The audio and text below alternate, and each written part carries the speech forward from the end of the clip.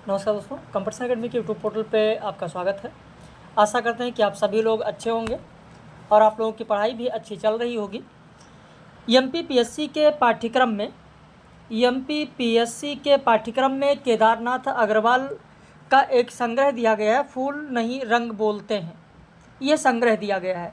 वैसे इस समय कविता की इकाई चल रही है। जो एमपीपीएससी वाले हैं वो ज़रूर ध्यान दें, जो हमारे व्यूवर्स हैं वो ज़रूर ध्यान दें। 28 जनवरी को आपका पेपर है एमपीपीएससी वालों का, और इस समय एमपीपीएससी वालों को कविता की इकाई कराई जा रही है, जिसमें कबीर, जायसी, तुलसी, सूरदास कराए गए। केशवदास की रामचंद्रिका में अंगद रावण संवाद कराया गया। बिहारी सतसई हो गया, घनानंद का हो गया, भूषण का हो गया। इसके अलावा दुष्यंत कुमार का साये में धूप, कुंवर नारायण का आत्मजयी, शिवमंगल सिंह सुमन, बालकृष्ण शर्मा नवीन जो इकाई 9 में है, माखनलाल चतुर्वेदी, सुभद्रा कुमारी चौहान, भवानी प्रसाद मिश्र, श्री कृष्ण सरल और मुक्तिबोध, इनकी कविताएं हो चुकी हैं। अब केदारनाथ अग्रवाल का फूल नहीं रंग बोलते हैं, ये संग्रह दिया गया आपके पाठ्यक्रम में। देखिए, पूरे संग्रह में आपको पता ही है कि इतनी ज़्यादा कविताएं हैं, सारी कविताओं की व्याख्या तो नहीं पूछी जा सकती, यह सारी कविताओं की पूरे संग्रह की व्याख्या तो आप नहीं कर सकते। लेकिन यह है, इस पर प्रश्न यह बन सकता है कि फूल नहीं रंग बोलते हैं काव्य संग्रह किसका है, मिलाने के लिए पूछ लिया गया, या प्रकाशन वर्ष क्या है, या इसमें कुल खंडों की संख्या कितनी है, या पहला खंड कौन सा है, अंतिम खंड का कौन सा है, या किस खंड में कितनी कविताएं हैं। तो इस तरीके के प्रश्न बन सकते हैं। हाँ, हो सकता है कि जो महत्वपूर्ण कविताएं हैं उनमें से एक आध पूछ ली जाए, या उनकी पंक्तियां पूछ ली जाए। तो चलिए शुरू करते हैं। फूल नहीं रंग बोलते हैं। यदि आप चैनल पर नए हैं तो चैनल को ज़रूर सब्सक्राइब कर लें, ताकि जो भी वीडियो पब्लिश किया जाए उसका नोटिफिकेशन आपको मिल सके। अभी तो मैथिली गुप्त, जयशंकर प्रसाद, निराला, दिनकर, अज्ञे और नागार्जुन ये बाकी हैं आपके पाठ्यक्रम में, जो कि कल से शुरू होगा। तो चलिए देखते हैं। फूल नहीं रंग बोलते हैं केदारनाथ अग्रवाल का है। वैसे ये पूरा संग्रह जिनको भी चाहिए, आप में से जितने लोग वीडियो देख रहे हैं, अगर इस संग्रह की सारी कविताएं आपको चाहिए तो एक बार ज़रूर ध्यान दीजिए। हमारे इस नंबर पर अपना नाम और एमपीपीएससी आगे लिख दीजिएगा। फूल नहीं रंग बोलते हैं संग्रह, तो आपको ये पीडीएफ सेंड कर दिया जाएगा। पूरी की पूरी कविताएं जिसमें पूरी बुक आपको भेज दी जाएगी, जिसे आप पढ़ सकते हैं। तो चलिए शुरू करते हैं। फूल नहीं रंग बोलते हैं के बारे में थोड़ा बहुत जानते हुए आगे बढ़ेंगे। पहले संक्षेप में इस संग्रह के खंड और कविताएं। इस संग्रह में जो पहला खंड है, वल्लरी तुम, धूप तुम, हवा तुम, इस खंड में 28 कविताएं हैं। पहली कविता है चंद्रगहना से लौटती वे। अंतिम कविता है पत्थर भी बोलते हैं।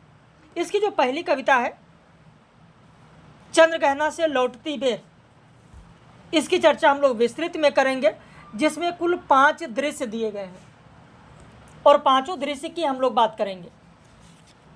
जो 5 दृश्य दिया गया, उन पांचों दृश्य की बात हम लोग करेंगे कि चंद्रगहना से लौटती हुई बेर के शीर्षक के तहत कौन कौन से 5 दृश्य हैं, और इसकी पंक्तियां भी आप देखेंगे परीक्षा में पूछी जा चुकी हैं। 8 छोटी कविताएं दूसरा खंड है, जिसमें कुल 21 कविताएं हैं। पहली कविता है लिपट गई जो धूल पाँव से। अंतिम कविता है सत्य। अस्थि के अंकुर तीसरा खंड है, जिसमें 29 कविताएं हैं। पहली कविता है अस्थि के अंकुर और अंतिम कविता है मार देखो। रंग बोलते हैं, इस खंड में 37 कविताएं हैं, जिसकी पहली कविता है फूल नहीं और अंतिम कविता है पड़ गया है कनक दामिनी नदी में। कुछ लिखी अधलिखी कविताएं, ये शीर्षक है, जिसमें कुल 66 हो गए, इसको सही कर लीजिएगा। 67 कविताएं संकलित हैं। इसमें पहली कविता मैं हूँ लिखा, इसे सही कर लीजिएगा। पहली कविता है आग और बर्फ की वसीयत, और अंतिम कविता है पेड़ अमावस के अंधकार में। विपर्यस्त दिशाएं, इस खंड में 34 कविताएं हैं। पहली कविता है चक्र चल रहा है वेग से, और अंतिम कविता है मित्र। गोद में बह रही है नदी, अंतिम खंड है। इसमें 21 कविताएं हैं। पहली कविता है टूटी हिम की टेक और अंतिम कविता है खजुराहो के मंदिर। तो इस तरीके से कुल कितने खंड हैं, किस खंड में कितनी कविताएं हैं, पहली कविता कौन सी है, अंतिम कविता कौन सी है, या क्रम से खंड कौन कौन से हैं, इसे आपको विशेष ध्यान रखना है। जैसे पहला खंड वल्लरी तुम धूप तुम हवा तुम, दूसरा खंड 8 छोटी कविताएं, तीसरा खंड अस्थि के अंकुर, चौथा रंग बोलते हैं, पांचवा कुछ लिखी अधिलिखी कविताएं, छठा विपर्यस्त दिशाएं, और सातवां आपका दिया गोद में बह रही नदी। तो इस तरीके से ये 7 खंड है, सातों का क्रम ध्यान रखना है। प्रकाशन 1965 है, वह ध्यान रखना है।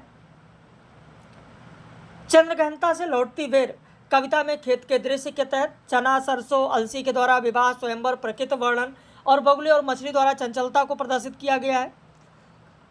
इसी के तहत चित्रकूट के रास्ते पर वृक्षों और चिड़ियों की चहचहाट का वर्णन किया गया है। अभी पूरी कविता हम लोग देखेंगे कि एक बीते के बराबर ये हरा ठिगना चना बांधे मुरेठा शीश पर छोटे गुलाबी फूल का सजकर खड़ा है। इसके अलावा दो जीवन कविता इसी में है। दो जीवन कविता की पंक्ति देखें जो परीक्षाओं में पूछी गई हैं और लगभग साहित्य के सभी विद्यार्थी को याद होगा। कली निगाह में पली हिली डुली कपोल में हृदय प्रदेश में खिली तुली हंसी की तोल में। आप देखेंगे यूजीसी नेट में भी ये पंक्ति पूछी जा चुकी है, यूपीएचईएससी में भी पूछी जा चुकी है, बिहार बीपीएससी में भी पूछी जा चुकी है, आरपीएससी में भी यह पंक्ति पूछी गई है। मांझी न बजाओ बंसी, ये तो यूपीएचएससी के पाठ्यक्रम में जो मैंने आपको दिया है उसे आप लोग जरूर पढ़ लीजिएगा। केदारनाथ अग्रवाल का जो मैंने दिया है उसे आप लोग जरूर पढ़ लीजिएगा। मांझी न बजाओ बंसी पूरी कविता, पूरी व्याख्या मैंने दी है। खेत का दृश्य कविता ये भी बहुत ही महत्वपूर्ण पंक्ति है। आसमान की ओढ़ने ओढ़े धानी पहने फसल गंगरिया और राधा बनकर धरती नाची नाचा हंसमुख कृषक संवरिया। ये पंक्ति पूछी जा सकती। कौन कौन सी महत्वपूर्ण पंक्तियां हैं वो मैंने यहाँ पर दिया है। पूरा संग्रह पढ़ने की जरूरत आपको नहीं पड़ेगी। धूप का गीत कविता है। बरसी रब की गगरी जैसे ब्रज की बीच गली में, बरसी गोरस गगरी फूल कटोरों सी मुस्काती धूप भरी है नगरी, रूप भरी है नगरी। आज नदी बिल्कुल उदास थी कविता है। ये भी बहुत ही महत्वपूर्ण है। ये भी पंक्ति पूछी जा सकती है कि आज नदी बिल्कुल उदास थी, सोई थी अपने पानी में, उसके दर्पण पर बादल का वस्त्र पड़ा है, मैंने उसको नहीं जगाया, दबे पांव घर वापस आया। हे मेरी तुम जो कविता है ये भी बहुत ही महत्वपूर्ण है। ये भी पंक्ति पूछी जा सकती है।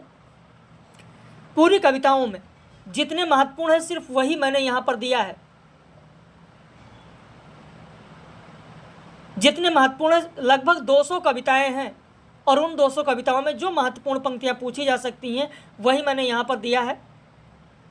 हे मेरी तुम बिना तुम्हारे जलता तो है दीपक मेरा, लेकिन ऐसे जैसे आंसू की यमुना पर छोटा सा खद्दोत टमकता क्षण में जलता क्षण में बुझता। अस्थि के अंकुर जो कविता है वो भी बहुत ही महत्वपूर्ण है। शीर्षक भी है, खंड का शीर्षक भी है, इसलिए ये महत्वपूर्ण हो जाता है पंक्तियाँ कि मौन में जो गीत भर दिए थे कभी गाए हुए बीते किसी युग में, वह पुरानी हड्डियों से निकल आए फोड़ कनखे नए युग के मोर बनके। तेज धार का कर्मठ पानी, ये भी आप देखेंगे कई बार परीक्षाओं में पूछा जा चुका है और लगभग साहित्य के विद्यार्थी को लगभग सभी को याद होगा। तेज धार का कर्मठ पानी चट्टानों के ऊपर चढ़कर मार रहा है, घूसे कसकर तोड़ रहा है तट चट्टानी। अब कई लोग कहेंगे सर ये पंक्तियां तो मुझे याद है लेकिन ये नहीं याद था कि केदारनाथ अग्रवाल का है। मैंने उसको देखा, ये भी बहुत बार पूछा गया। मैंने उसको देखा जब जब देखा लोहा जैसे तपते देखा, गलते देखा ढलते देखा, मैंने उसको गोली जैसे चलते देखा। फूल नहीं कविता जो दी गई है उसकी भी पंक्ति पूछी जा सकती है। नाव बांधकर कविता ये भी बहुत ही महत्वपूर्ण है। ये भी पंक्ति पूछी जा सकती है कि नाव बांधकर चला गया है जीवन का मल्लाह, चढ़ी नदी से उमड़ रही है बंधी नाव की आह, भूमि छोड़कर चला गया है सूरज का आलोक, अंधकार से उमड़ रहा है खिन्न भूमि का शोक। तो इस तरीके से ये कविताएं हैं और इन कविताओं की व्याख्या परीक्षा में इन कविताओं की पंक्ति परीक्षा में पूछी जा सकती है। इसीलिए मैंने यहाँ पर दिया है ताकि इसे आप लोग जरूर ध्यान दें, इसको आप लोग जरूर देखें। अब इसके बाद में आइए एक एक कविता की थोड़ी व्याख्या जान लेते हैं। पहले इसका पृष्ठ देख लीजिए, जो अनुक्रम दिया गया है। वल्लरी तुम, धूप तुम, हवा तुम में कौन कौन सी कविताएं संकलित हैं, ये पूरा PDF मैंने दे दिया है। पहली कविता है चंद्र गहना से लौटती बेर, फिर है बसंती हवा, घन जन, दो जीवन, मांझी न बजाओ बंसी। तो इस तरीके का ये पूरा दिया गया है। कौन सी कविता किस वर्ष की है ये भी आगे दे दिया गया है। 8 छोटी कविताएं, ये देखिए पूरा PDF में। अस्थि के अंकुर खंड, रंग बोलते हैं खंड, किस खंड में कितनी कविताएं हैं वो मैंने संक्षिप्त में आपको बता दिया है। कुछ लिखी अध लिखी कविताएं। इसके बाद यहाँ विपर्यस्त दिशाएं, गोद में बह रही नदी, ये अंतिम खंड है। चंद्र गहना से लौटती बे, यहां पर इसमें आप देखेंगे चंद्र गहना से लौटती बेर कविता, थोड़ा समय दे तो बहुत अच्छे से इसको समझा दें, आपको बता दें। इसमें पूरा गांव का, खेत का दृश्य दिया गया है। गांव का दृश्य है, खेत का दृश्य है, तालाब का दृश्य है, तालाब का दृश्य है। तो ये सारा दृश्य इसमें दिखाया गया है। अब यहाँ पर एक एक की बात करते हम लोग चलेंगे। कविता में देखें, कविता में दिया, देख आया चंद्र गहना देखता हूँ अब दृश्य मैं, मेढ़ पर इस खेत की बैठा अकेला, एक बीते के बराबर ये हरा ठिगना चना, बांधे मुरैठा शीश पर, छोटे गुलाबी फूल का सजकर खड़ा है। और इतना ही नहीं, पास ही मिलकर उगी है, बीच में अलसी हठीली, अलसी हठीली है, अलसी हठीली है, देह की पतली कमर की लचीली, फूल नील फूले फूल को सिर पर चढ़ाकर कह रही है जो छुए ये दो हृदय का दान उसको।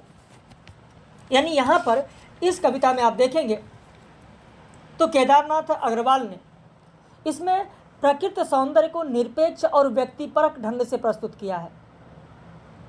ऐसे ही नहीं प्रकृति के राजकुमार कहे जाते हैं, केदारनाथ अग्रवाल को कहा जाता है प्रकृति का राजकुमार, प्रकृति का राजकुमार, महाकवि, प्रकृति का राजकुमार, महाकवि। इसमें कृषि प्रधान हमारा देश है, तो कृषि प्रधान सांस्कृतिक बिंब के द्वारा सांस्कृतिक उपमान विधान को उकेरा है। यहाँ पर आप देखेंगे फसलों में उन्हें चना, सरसों की फूली डालियाँ बहुत अच्छी लगती हैं। वो अपनी कल्पना को साकार करते हुए कहते हैं कि मैं चंद्र गहना को देखकर वापस आया, अब मैं खेतों की मेड़ पर बैठा अकेले फसलों के मनोहारी प्राकृतिक दृश्य को देख रहा हूँ और यह सौंदर्य छटा मुझे बहुत ही लुभा रही है। चने को देखकर कहते हैं वो उसके स्वरूप को रूपायित करता है कि वो एक बीते के बराबर, एक बीते के आकार वाला हरा भरा छोटे कद वाला चना अपने सिर पर मुरैठा बांधे। और वो मुरैठा है किसका? वो मुरैठा है उस पर जो फूल खिला हुआ है, उसके गुलाबी फूल का है। और गुलाबी फूल के मुरैठे को सिर पर धारण करके सजा हुआ चना अच्छा, बहुत ही अच्छा लग रहा है। और उसके पास ही चने से एकदम मिलकर लगी हुई अलसी है। अलसी हठीली स्वभाव की है क्योंकि वो दुबली पतली है, लचीली कमर वाली है, सबको मोहित करने वाली है। उसने अपने श्रृंगार प्रसाधन में अपने सिर पर अपने नीले फूल को सजाया है। जहाँ पर चना गुलाबी फूल को सजाया है वहीं पर यह नीले फूल को सजा रखी है और कह रही है कि जो कोई इसे यानी अर्थात मेरे इस पुष्प को छुआ, स्पर्श किया, मैं उसे अपने हृदय का दान दे दूंगी। अर्थात अलसी का नीला फूल इतना सौंदर्यशाली है कि उसको स्पर्श करने से जो आनंद की प्राप्ति होती है वो अलौकिक है, अनुपम है। और सरसों की न पूछो, हो गई सबसे सयानी, हाथ पीले कर लिए हैं ब्याह मंडप में पधारी, फाग गाता मास फागुन आ गया है आज, जैसे देखता हूँ मैं स्वयंवर हो रहा है, प्रकृति का अनुराग अंचल हिल रहा है, अंचल हिल रहा है। तो यहाँ पर यह कहा गया है कि उसका क्या कहना, उसकी ना पूछो। जो सरसों चने के खेत में जो सरसों लगा है, सरसों का पौधा है, उसका क्या कहना, उसका कुछ पूछो नहीं, उसका कोई जवाब नहीं। वो ऐसी नई नवेली किशोरी की तरह जो सयानी हो गई है और विवाह के लिए उसके हाथ पीले कर दिए गए हैं। यानी सरसों में जो पीले पीले फूल सुशोभित पुष्पित हैं, लग रहा है कि उसके हाथ पीले कर दिए गए हैं। उससे लगता है कि सरसों रूपी किशोरी विवाह के योग्य हो गई है, इसलिए उसके हाथों को पीला कर दिया गया है और हाथ पीले किए हुए वो विवाह मंडप में प्रस्थान करती है। विवाह उत्सव में फागुन का माह फाग गीत गा रहा है। वो फाग गीत गाते हुए आज भी है, अभी आज ही आया है। तो यहाँ पर केदारनाथ अग्रवाल ये अनुभव करते हैं कि वह इस विवाह स्वयंवर को देख रहे हैं और इस स्वयंवर में प्रकृति के अनुराग का अंचल हिल रहा है। वहाँ कोई मानो नहीं है, वह विजन है, अपने में शोभायमान है। कहते ना, इस विजन में दूर व्यापारिक नगर से प्रेम की प्रिय भूमि उपजाऊ अधिक है और पैरों के तले है एक पोखर। कहते हैं व्यापारिक नगर से दूर यह एकांत प्रांत की प्रिय भूमि अत्यधिक उपजाऊ है। इसको देखकर मन मुकुर उठता है, खिल उठता है। वहीं पीछे एक जल से सुशोभित पोखरा है। अब यहाँ पर एक दूसरा दृश्य यहाँ पर शुरू होता है। और पैरों के तले है एक पोखर, उठ रही उसमें लहरियाँ, नील तल में जो उगी है घास भूरी, ले रही वह भी लहरियाँ। एक चांदी का बड़ा सा गोल खंभा आँख को है चमकाता है, कई पत्थर किनारे पी रहे चुपचाप पानी, प्यास जाने कब बुझेगी। चुप खड़ा बगुला डुबाए टांग जल में, देखते ही मीन चंचल, ध्यान निद्रा त्यागता, चट दबाकर चोंच में नीचे गले के डालता है, नीचे गले के डालता है। यानी यहाँ पर यह कहा गया है कि वहीं पीछे एक जल से सुशोभित तालाब है, पोखरा है, उसमें जल की लहरें उठती हैं, गिरती हैं, बहुत ही रोचक और मोहक है। पोखर में के तल में भी भूरी भूरी नीली घासें उगी हैं, जो सहवाल जिन्हें कहते हैं आप, वह जल की लहरियों को लेती हुई बहुत ही मोहक लगती हैं। वहीं एक पत्थर का खंभा लगा हुआ है और उस पर सूरज की धूप पड़ती है तो लगता है जैसे चांदी का बड़ा और गोल खंभा है जो आंखों को चकमकाता है, लेकिन उसकी शोभा अनुपम है, देखते ही बनती है। और पोखर के किनारे कई अनेक ऐसे पत्थर पानी में पड़े हुए हैं, उनको देखकर लगता है कि चुपचाप किनारे पड़े हुए वो पानी पी रहे हैं और उनकी प्यास न जाने कब समाप्त होगी। यानी वो बहुत दिनों से किनारे पड़े हैं, उनकी प्यास कब समाप्त होगी। तो उस पोखर में आगे का दृश्य है कि उस पोखर में एक बगुला चुपचाप अपनी टांग को जल में डुबाए खड़ा हुआ है और वह लगता है कि ध्यान में अवस्थित है। लेकिन जब चंचल मीन यानी मछलियों को देखता है तो उसका ध्यान तोड़कर उसे चोंच में दबा लेता है और गले के नीचे उतार लेता है।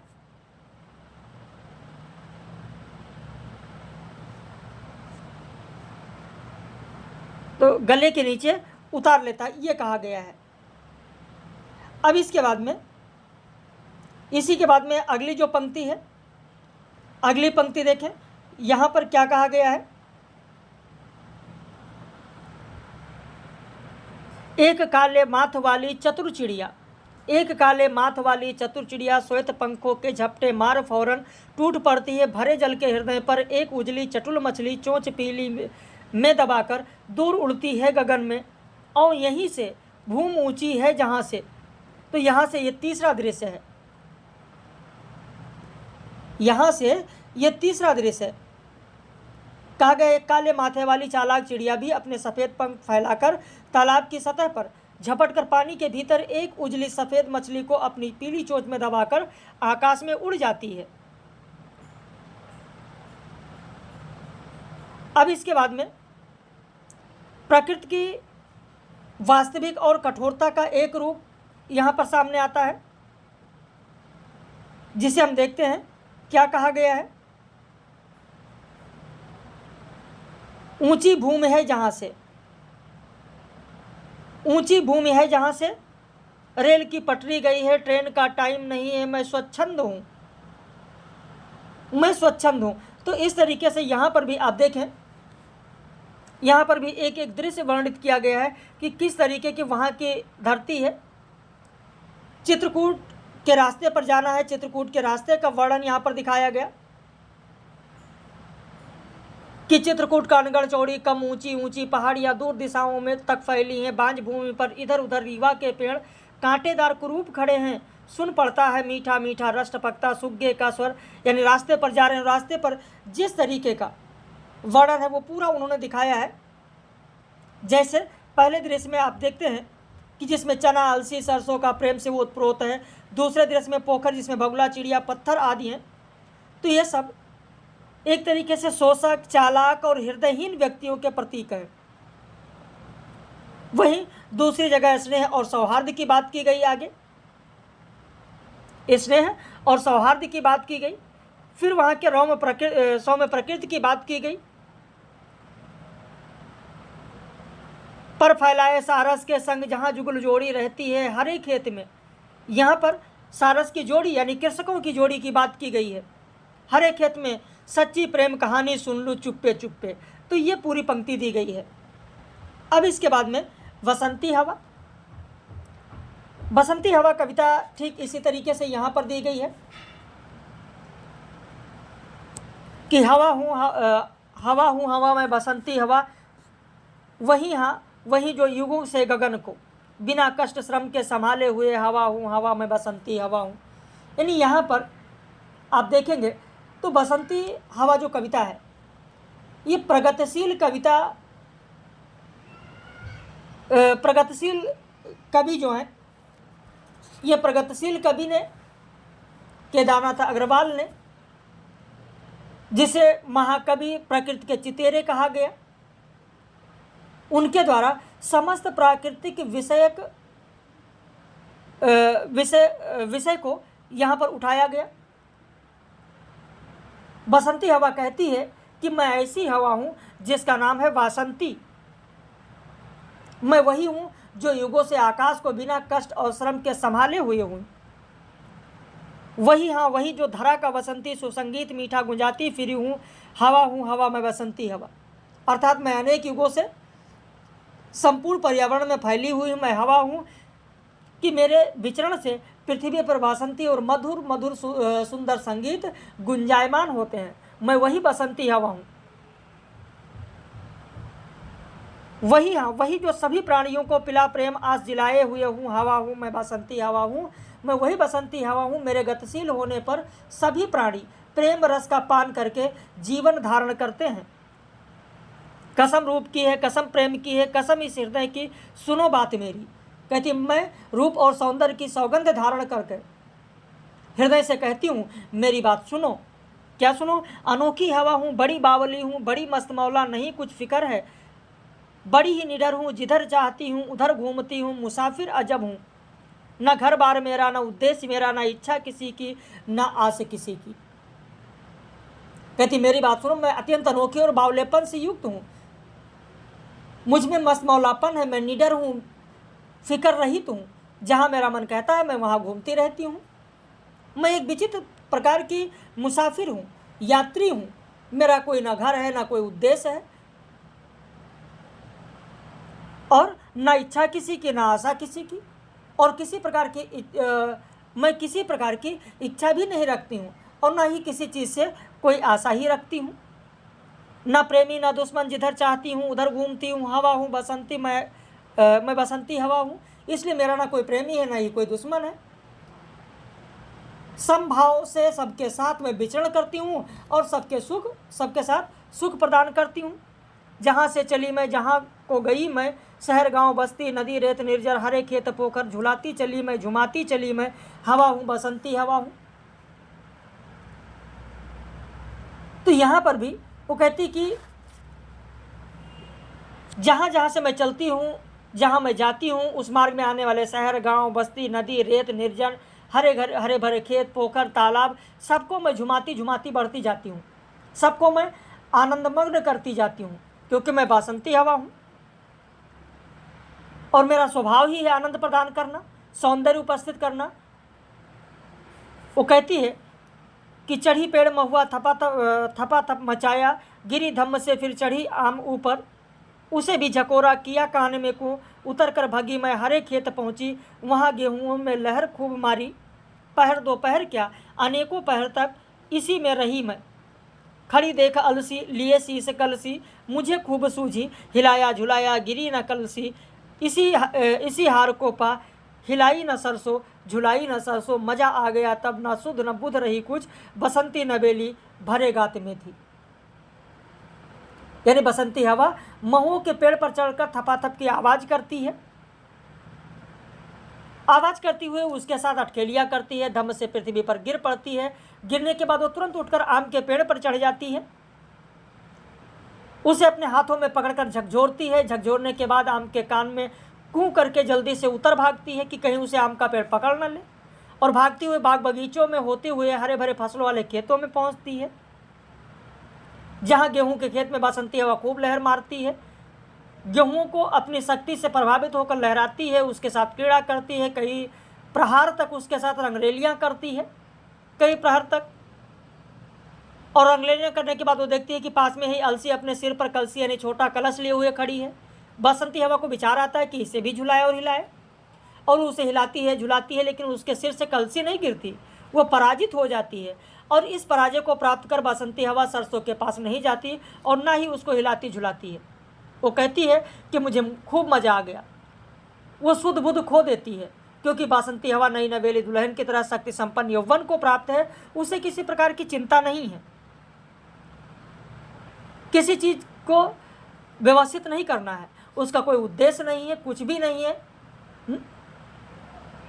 अगर कुछ है तो आनंद प्राप्त करना, प्रेम रस का पान करना, अपने प्रेमी को प्रेम रस प्रदान करना। वो बासंती हवा मस्तमौला अलवेली